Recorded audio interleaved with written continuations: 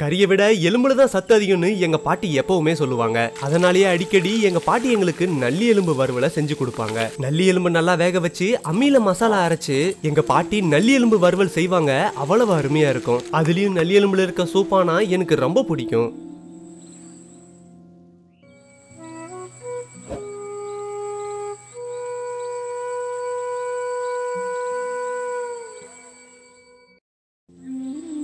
நல்லி எலும்பு வறுவலுக்காக நாங்க சுமாரா 2 கிலோ நல்லி எலும்பு எடுத்துக்கிட்டோம்.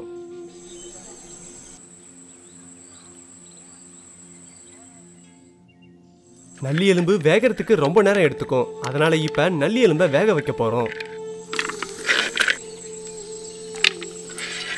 இப்ப நல்லி எலும்பை சட்டியில சேர்த்து மஞ்சத்தூள்,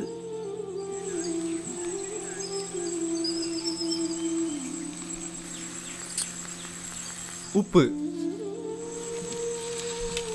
ரெண்டையும் சேர்த்து நல்லி எலும்பு நல்லா கலக்கி விட்டுறலாம்.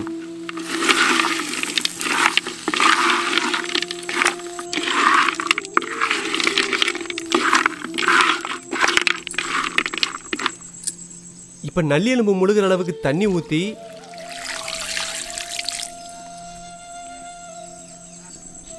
வேகிறதுக்காக ஈரமா மூடி வச்சிடலாம்.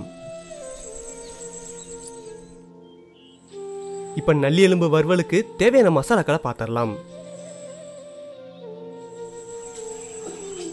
சோம்பு, மிளகு சீரகம், இஞ்சி, 10 வரமிளகாய், 2 ஸ்பூன் வர கொத்தமல்லி, 10 சின்ன வெங்காயம், 4 பட்டை லவங்கம், 7 பச்சை மிளகாய், 1 தக்காளி, 1 பூண்டு, பெரிய வெங்காயம், கறிவேப்பிலை, கொத்தமல்லி.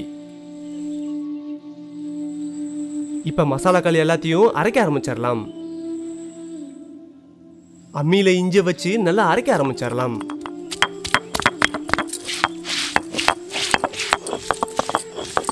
இப்ப அது கூடவே பட்டை லவங்கத்தை சேர்த்து அரைக்க ஆரம்பிச்சிடலாம்.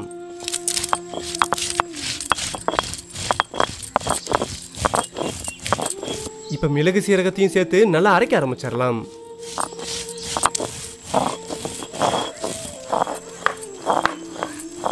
இப்ப நம்ம எடுத்து வச்சிருந்த பூண்டையும் சேர்த்து நல்லா அரைக்க ஆரம்பிச்சிடலாம்.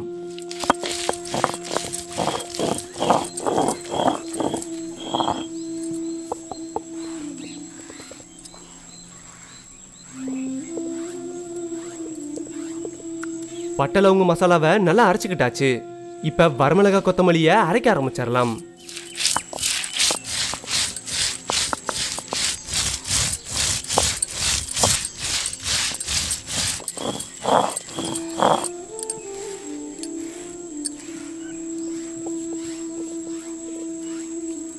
வரமிளகாய் கொத்தமல்லியை நல்லா அரைச்சிக்கிட்டாச்சு.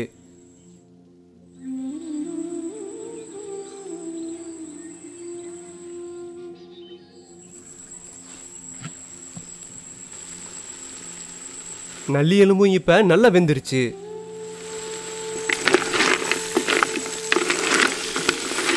இப்ப நல்லி எலும்பை வறுக்க ஆரம்பிச்சிடலாம். சட்டியில கொஞ்சம் எண்ணெயை ஊத்தி எண்ணெய் காஞ்சதும் சோம்பு சேர்த்துக்கலாம். இப்ப சின்ன வெங்காயத்தை சேர்த்துக்கலாம். இப்ப நறுக்கி வச்சிருந்த பெரிய வெங்காயத்தையும் சேர்த்துக்கலாம். நம்ம சேர்த்துக்கிட்ட வெங்காயம் நல்லா வணங்கிருச்சு. இப்ப அரைச்சு வச்சிருந்த பட்டை லவங்க மசாலாவை சேர்த்துக்கலாம்.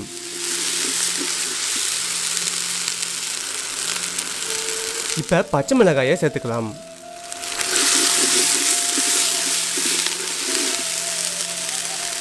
இப்ப கொஞ்சம் கறிவேப்பிலையை சேர்த்துடலாம்.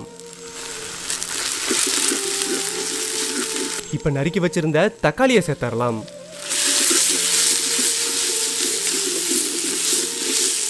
இப்ப அரைச்சு வச்சிருந்த வரமிளகாய் கொத்தமல்லியையும் சேர்த்தாச்சு.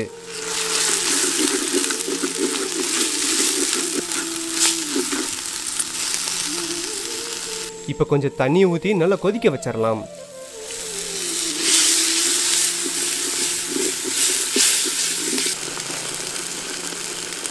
நம்ம நல்லி எலும்பு வேகும் போதே உப்பு சேர்த்துருந்தோம். அதனால இப்ப கொஞ்சம் உப்பு கம்மியாவே சேர்த்துக்கலாம்.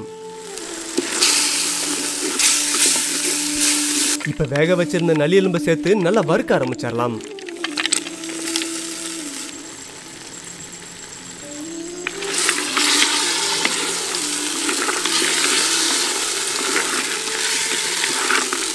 நம்ம கையால அரைச்ச மசாலாவோட நல்லி எலும்பை சேர்த்து வறுக்கும் போது வர வாசனையே அவ்வளவு அருமையா இருக்கு.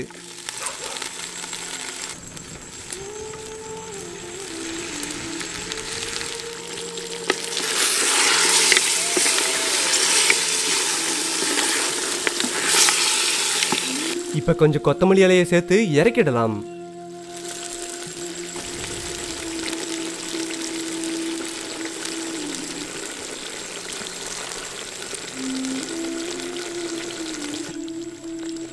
நல்லி எலும்பு வறுவல் இப்ப சாப்பிட தயாராயிடுச்சு. இந்த நல்லி எலும்பை கடிச்சா பல்லு ரொம்ப உறுதியா இருக்கும்னு எங்க பாட்டி சொல்லுவாங்க. அதே போல கை கால் எலும்புகளும் உறுதியாகும்னு சொல்லுவாங்க. இது போல இந்த நல்லி எலும்புல பலவிதமான நன்மைகள் இருக்கு.